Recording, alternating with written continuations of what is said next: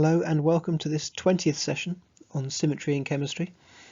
Having looked at diatomics last time, going on to triatomics today, looking at linear triatomics, starting with a symmetrical one, carbon dioxide. Symmetrical, having a mirror plane perpendicular to the principal axis, which has this infinite fold rotation symmetry. We have the MO diagram on the screen there. So on the left hand side of the diagram we've got the central carbon atom with its 2s2, 2p2, and then on the right hand side we've got combinations of the two oxygen atoms, as the oxygen atoms are equivalent.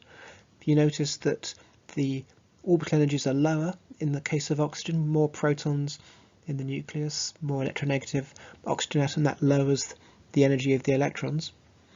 An interesting thing about this is that as the 2s electrons in the oxygen are so much lower in energy than anything else, then they actually are effectively non-bonding.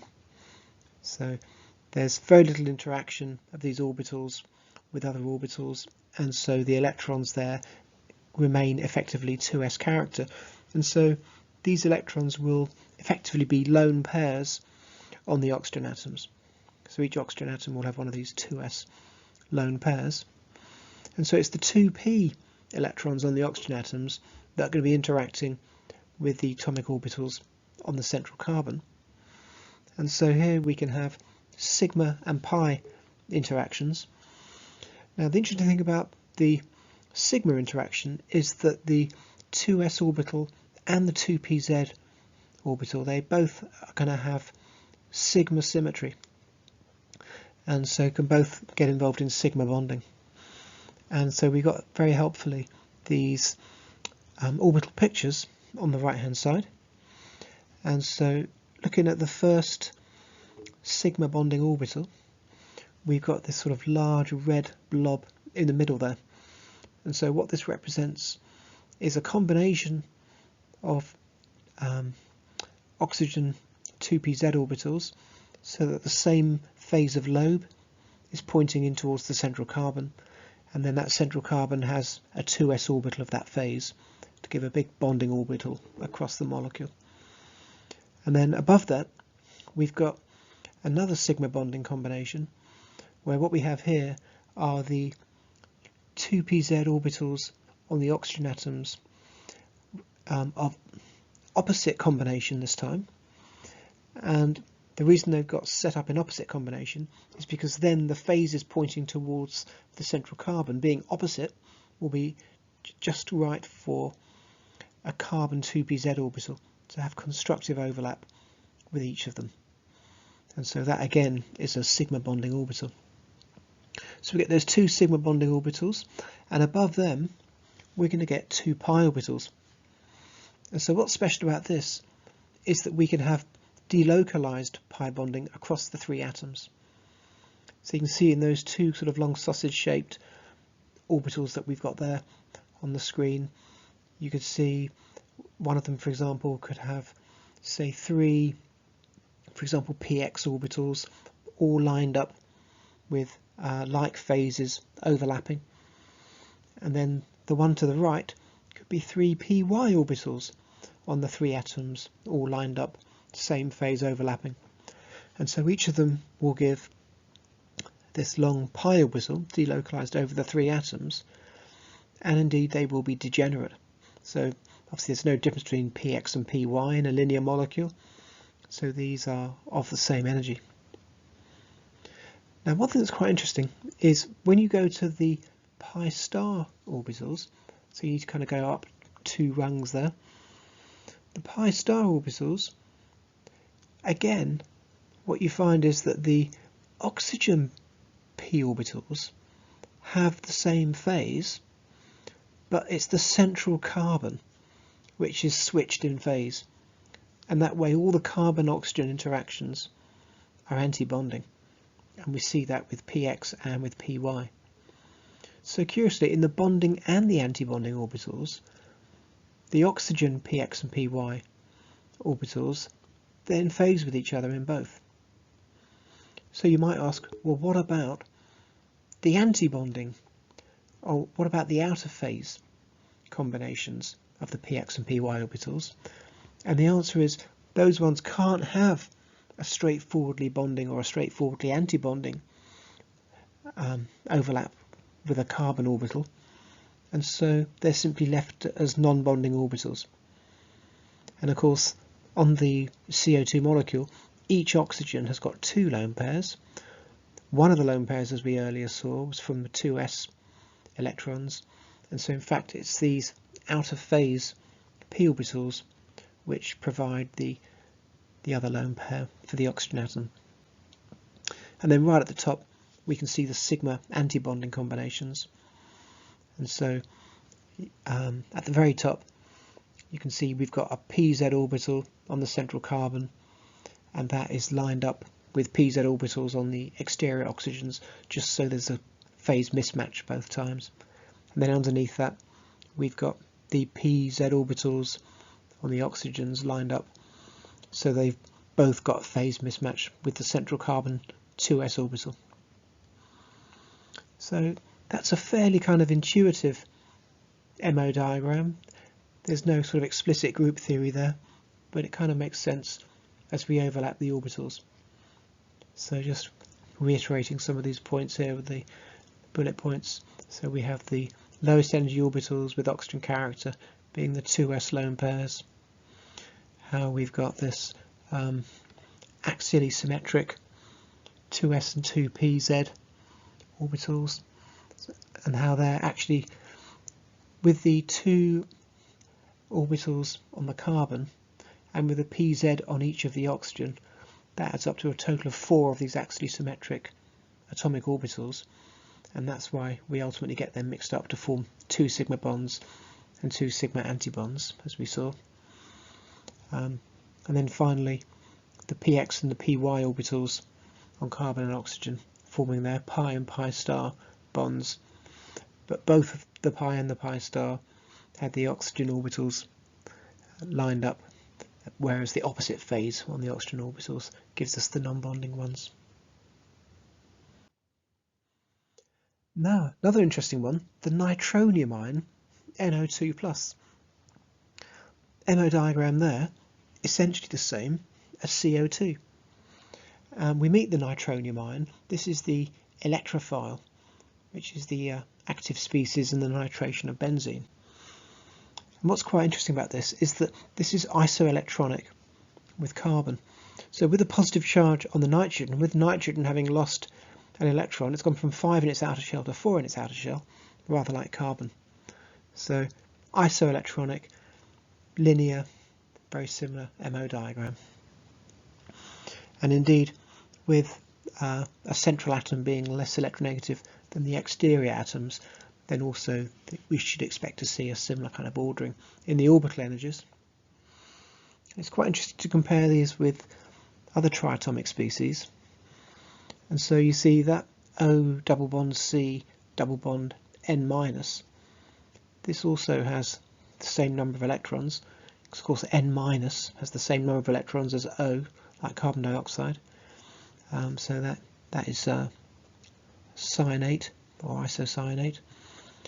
And then there's the next one is N2O, nitrous oxide.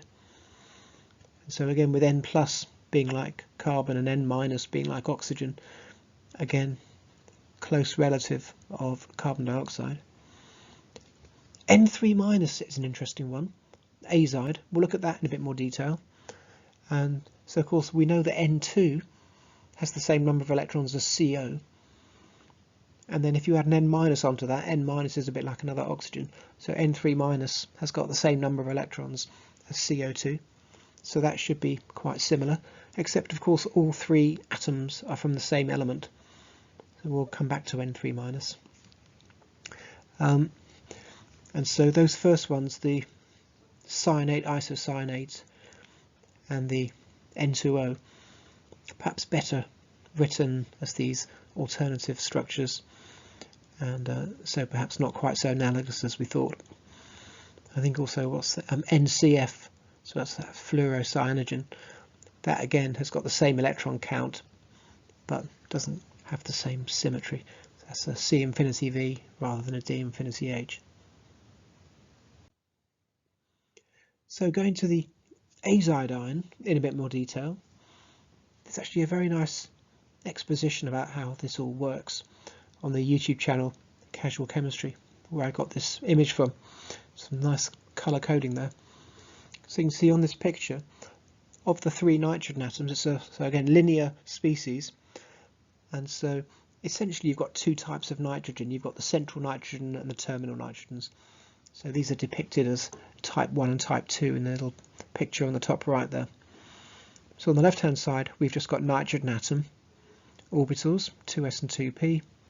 On the right hand side we've got combinations of the 2 terminal nitrogens, the s's and p's.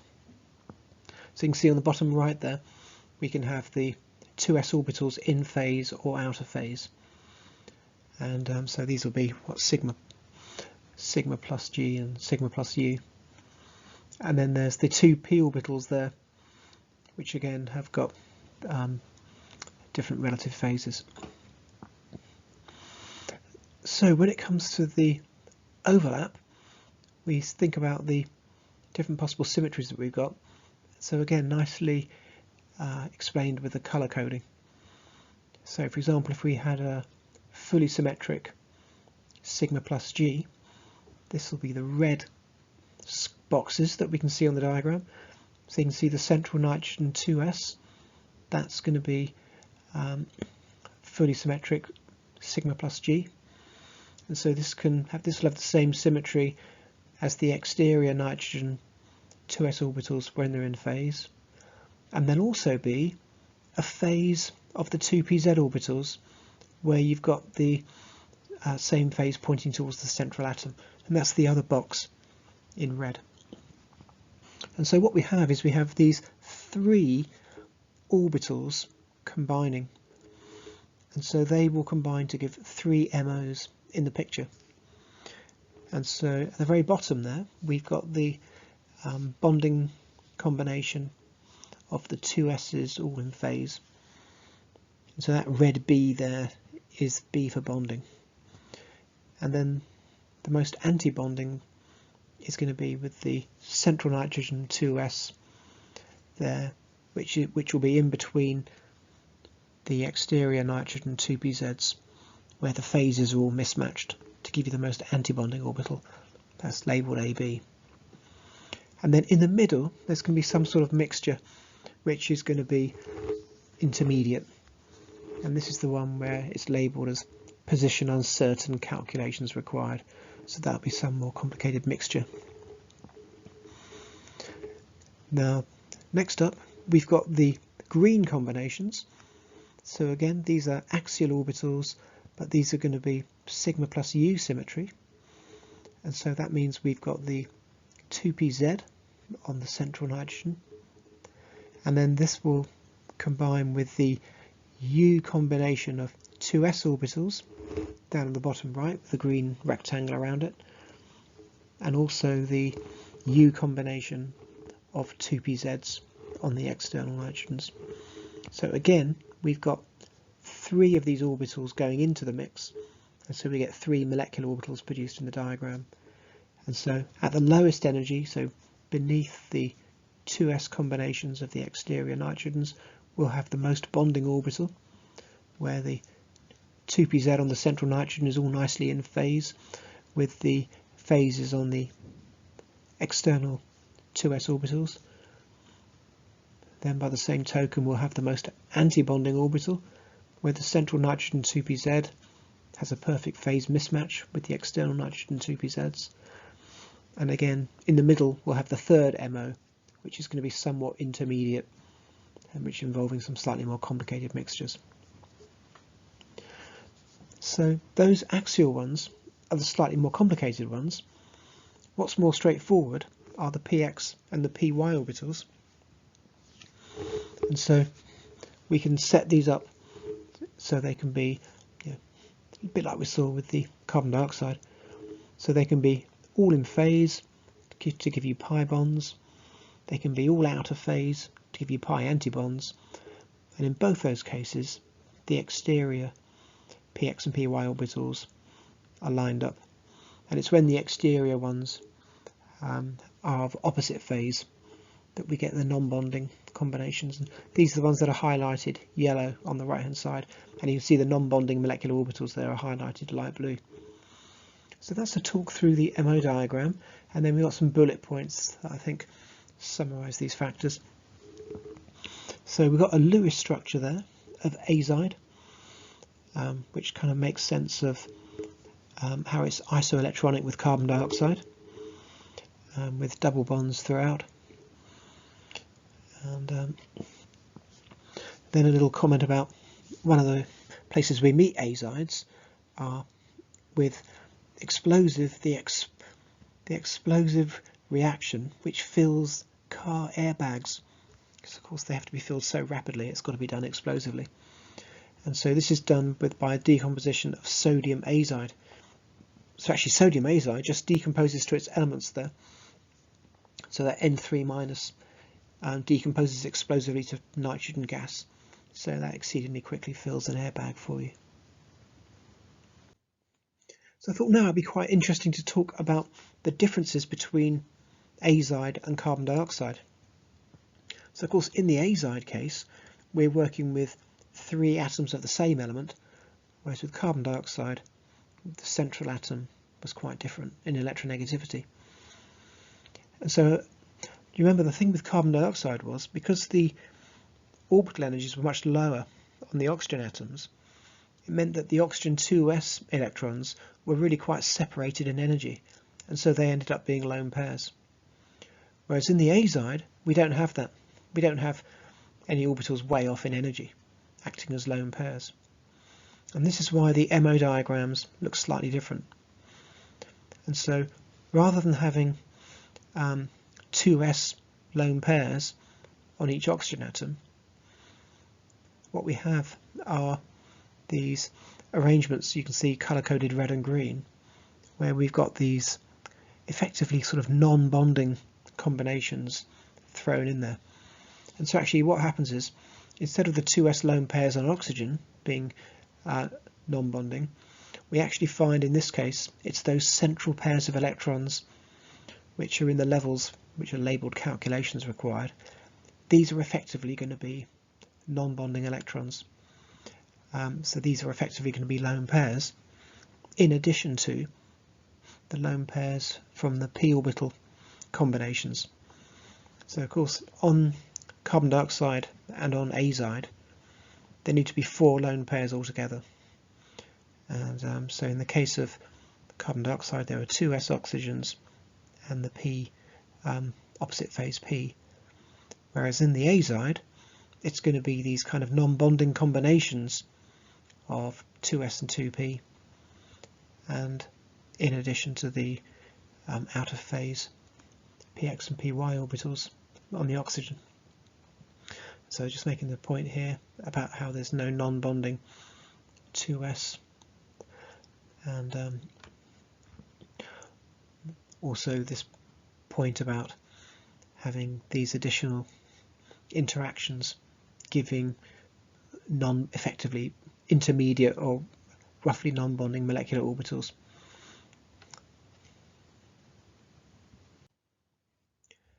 Next up is triiodide. So this is an interesting one because again we've got a linear triatomic, got d infinity H, symmetrical molecule, and even though you may not hear an awful lot about triiodide, we actually work with it quite a lot, because whenever you work with aqueous iodine you're really working with triiodide. And the reason for that is that pure iodine actually has very low solubility in water, rather inconveniently low. But it's got very high solubility in potassium iodide solution. And this is because the iodide, the I- and the I2 combine to make the I3- ion. So I3- having a charge is going to be more soluble in water. And the I3- ion does behave chemically like iodine. I mean, it just behaves like a mixture of I2 and I-. So actually this is a very convenient way to do iodine chemistry, working with the triiodide ion And as we see, it's also a nice example for one of our linear triatomics, and symmetrical as well. But it's a bit of a different case, this, because of course iodine is much further down in the periodic table. It's in the 5th row of the periodic table. So what we were learning about before, with looking at things like oxygen and nitrogen and fluorine, we were interested in the difference between the S and the P subshells. So remember, we said they're quite close in the case of, say, carbon and nitrogen, but further away in the case of oxygen and fluorine. Well, actually, as you go down the periodic table, the energies of the S and P subshells in the valence shell gets further and further apart. So as you go down the periodic table and you go into more and more distant shells, I guess there's more and more internal shells doing shielding, and that differentiates more and more the S and the P orbitals. And so as a result of that, because the 5p orbitals are so much higher in energy than the 5s, they don't interact with each other, and so we just consider the 5p orbitals. And so the 5pz orbitals, they will then interact with each other. We've got a 5pz orbital on each of the 3 iodines, and those 3 orbitals will come together to form essentially bonding, anti-bonding and non-bonding orbital combinations. And so whereas you might expect px and py to be overlapping and doing a similar thing, we don't tend to see this with the much larger atoms, because we've got very long bonds between the atoms, and so fairly insignificant sideways overlap between the orbitals. So actually it's quite a simple case here of the triiodide, because we're only going to consider one orbital on each atom, the 5pz, and so they overlap just to form a bond, a non-bond and an anti-bond. So ultimately then, I think we're actually only going to get one bonding orbital, and that one bonding orbital is going to be spread over 3 atoms. So in other words, it takes 2 bonds into account, but it's only one bonding orbital. And so for that reason, you only formally would have a bond order of a half in one of these iodine-iodine bonds. And that sort of makes sense when you consider how you might consider it as resonance forms. So down at the bottom there, you could have II, so that's like I2, sat next to an I minus with no bond. So it's like bond order 1 and next to bond order 0, and then swapping them the other way around, I minus next to I2. So it's that bond order 0 next to bond order 1, and you sort of superpose those, and it's like 2 lots of bond order half, which is kind of what the triiodide is. So it's only very loosely held together, the triiodide, which again I think is consistent with how it really behaves like a mixture of I2 and I minus, because it virtually is just that mixture, as we see in the resonance forms. Now on to ethene. Ethene's quite an interesting and substantial molecule. And so up on the top right there, we define the coordinate system. So it's a planar molecule. We'll have the molecule in the xy plane. So in fact the x-axis is going to be the axis of the carbon-carbon double bond.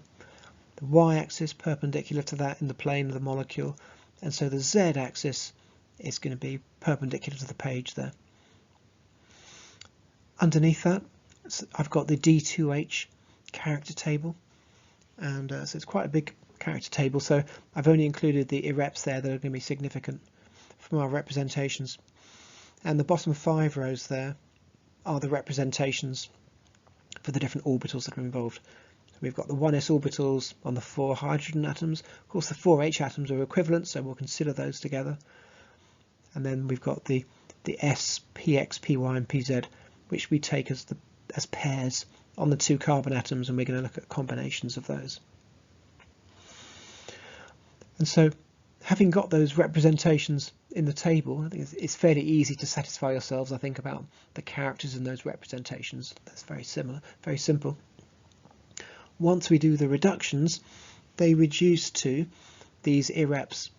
So the 4H atoms reduce to these 4 irreps, and with the 2s orbitals we get the Ag irrep, so that will be the 2s orbitals in phase, and the B3U will be the outer phase combination.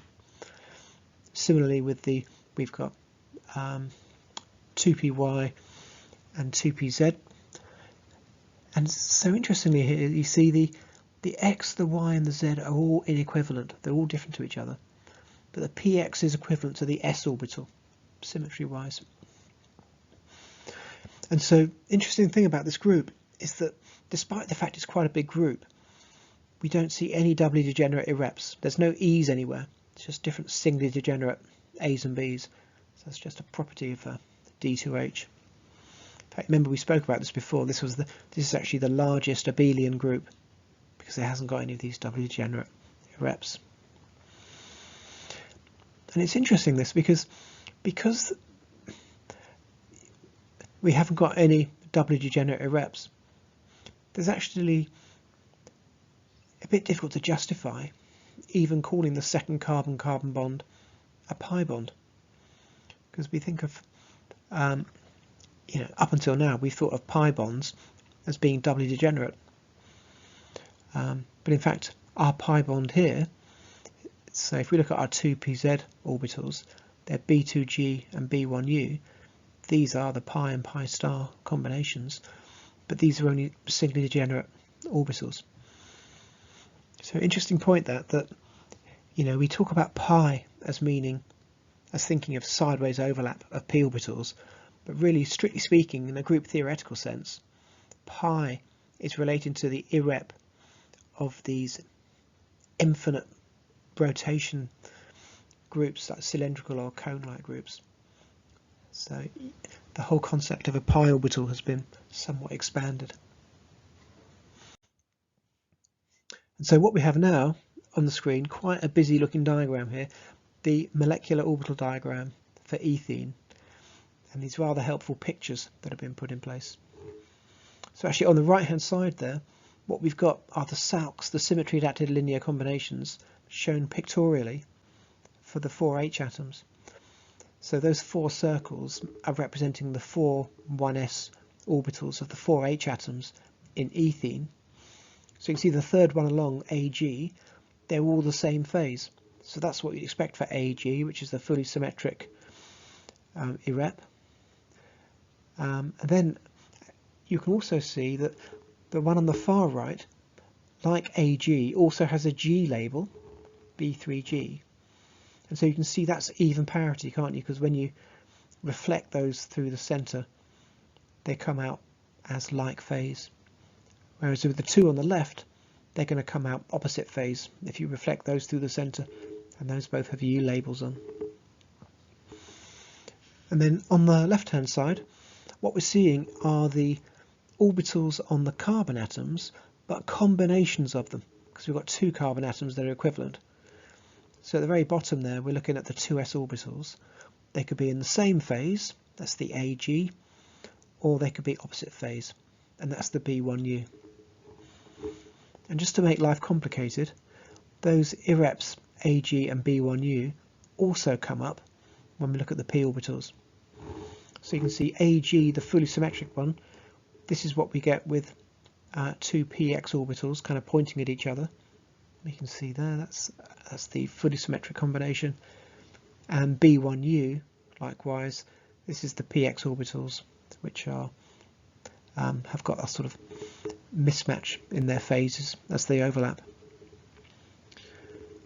And now all of the irreps on the left hand side have got partners amongst the H SALCs apart from 2, and that's the B2G and the B3U. And so these p orbital combinations, which don't find any partners among the H orbitals, these are what are forming the pi bond and pi antibond. So you can see that the bonding combination there is the B3U, and that's the one that's labelled HOMO, that's the highest occupied molecular orbital. Leaving the B2G there as the LUMO, the pi star. So what's quite complicated about this is actually the Ag and the B1U, because we've got 3 of these orbitals going in. We've got these 2s combination, we've got a 2px combination, and we've also got a hydrogen SALC combination. So with those 3 orbitals going in, we form 3 molecular orbitals. So there'll be a very bonding, if you like, a very anti-bonding, and an intermediate one. So looking at the bottom there, the Ag orbital, this represents the 2s orbitals on the carbon atoms in phase with the 4H atoms all of the same phase. So this is an extremely bonding orbital because all the CH and CC, everything's a bonding interaction in phase. Whereas when we go up to the next one, the B1U, combination of 2s orbitals on the carbon, and we then combine that with the B1U SALC, what we find is, yes, we get fully bonding interactions between the hydrogen atoms and the carbon atoms, although actually the 2s orbitals on the 2 carbon atoms are actually mismatched. So that's sort of mainly bonding, but it's not as bonding. So you can see it's not quite as low in energy there as the Ag.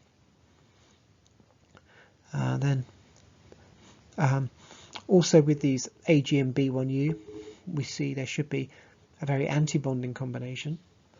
So if we go right up to the very top there, we've got a B1U anti-bonding combination. And so what we see there is we've got a combination of PZ orbitals, where, I don't mean PZ, I mean PX orbitals on the carbon atoms. And so you can see that the PX orbitals have got an anti-bonding combination with each other and purely anti-bonding combinations with the H atom phases. So that's sort of as anti-bonding as you can get right up at the top. There's also an AG totally anti-bonding combination. And so I think what you've got there are PX orbitals where you've got anti-bonding combinations between all of the carbons and hydrogens, although actually you've got the 2px orbitals on the carbons in phase, and that's why I guess it's not quite as anti-bonding as the one at the very top. And then we'll also have an intermediate Ag combination, and we see this with a combination of 2px orbitals in phase with each other, and also in phase with the H SALCs. And then when it comes to the B1U, we've seen the B1U bonding combination at the bottom. There'll be a B1U anti-bonding one further up, where we see we've got the px orbitals mismatched with each other, although they've got bonding combinations with the SALCs. So this one is not as anti-bonding as the one at the very top, but it's a bit of a mixture. We've got anti-bonding between the carbons and bonding between the carbons and the hydrogens. So those are the slightly more complicated ones, where you've got 3 orbitals going into the mix, forming 3 molecular orbitals. Then we should have some slightly more straightforward ones. So for example, we've got B2U. So you can see there's a B2U combination there of that'll be the py orbitals, and so there's a combination there with the B2U SALC of hydrogens, which are completely in phase, giving you a fully bonding one at the bottom, and then there's a B2U one further up as well, and this one has got all the carbon hydrogens out of phase, but the carbon-carbons are still in phase. And actually that bonding combination, where everything's in phase, I suppose you could say that the carbon-carbon, it's just kind of a sideways overlap, maybe not quite as efficient. So that's the B2U. Then we've got B3G, which are the py orbitals out of phase with each other. And so we can see we've got a combination which has all bonding interactions with the hydrogens, but we've still got mismatches between the carbon atoms, so it's not quite as bonding as the other combinations.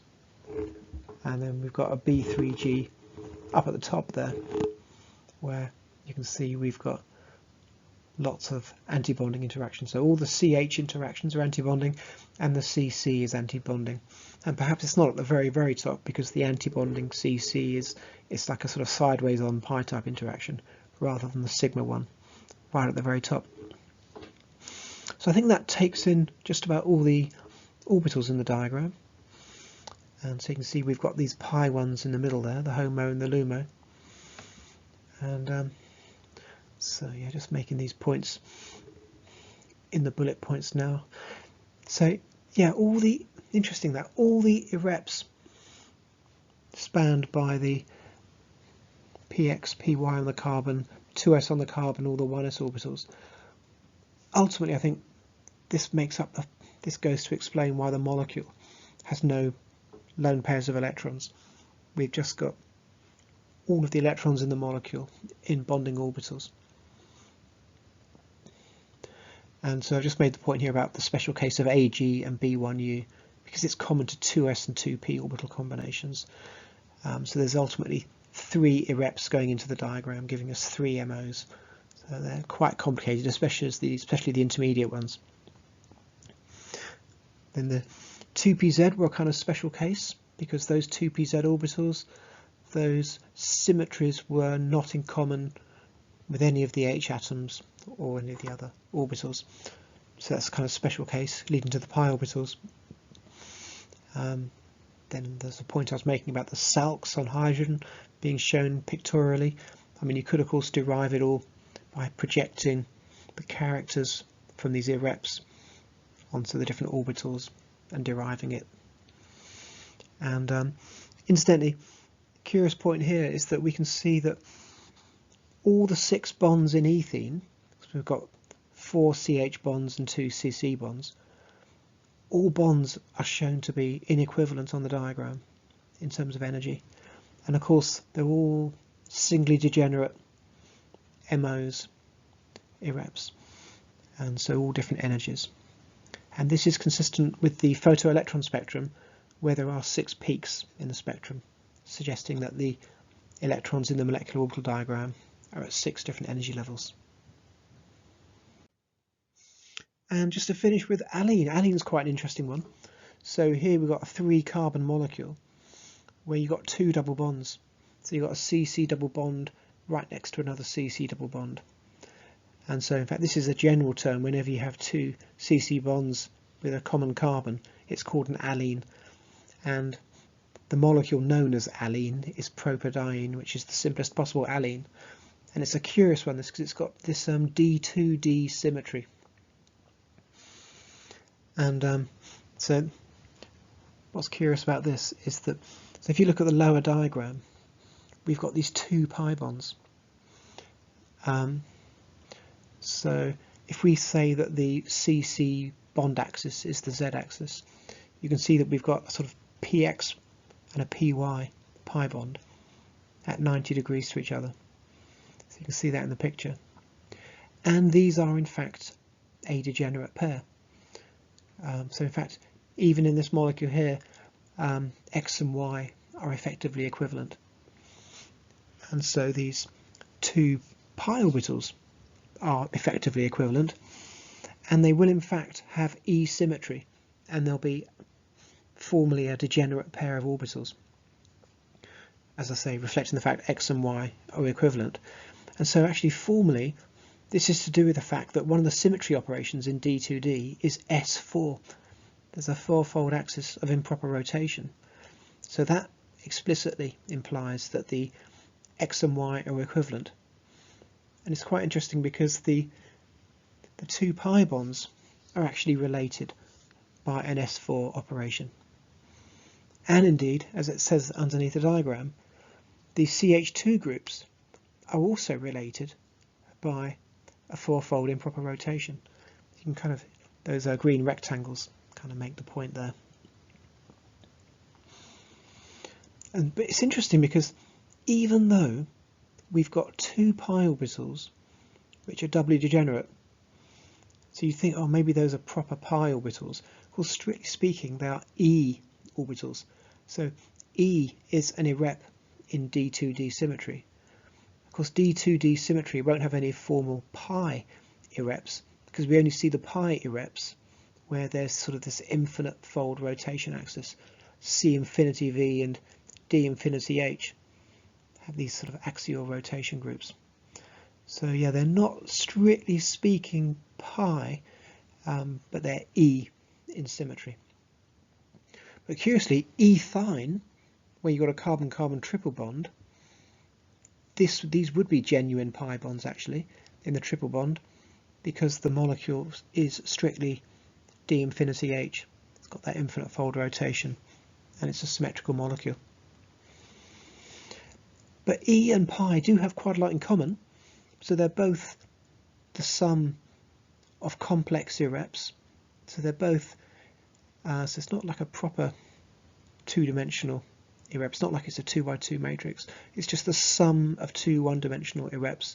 But those one-dimensional irreps are complex, and so that's why we tend to talk about the sum and the difference of them, like an all-real and an all-imaginary term.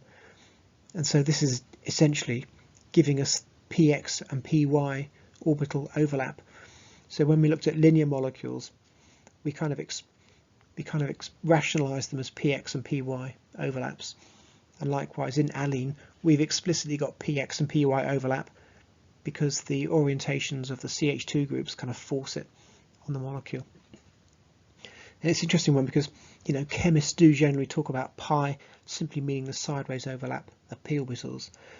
But like a sort of a hardcore group theorist, what they do is they would actually use the word pi rather than using the Greek letter. So they reserve the Greek letter for the proper pi irreps that we see on C infinity V and D infinity H, and just write out in Roman letters pi for the more general meaning of the sideways overlap of p orbitals.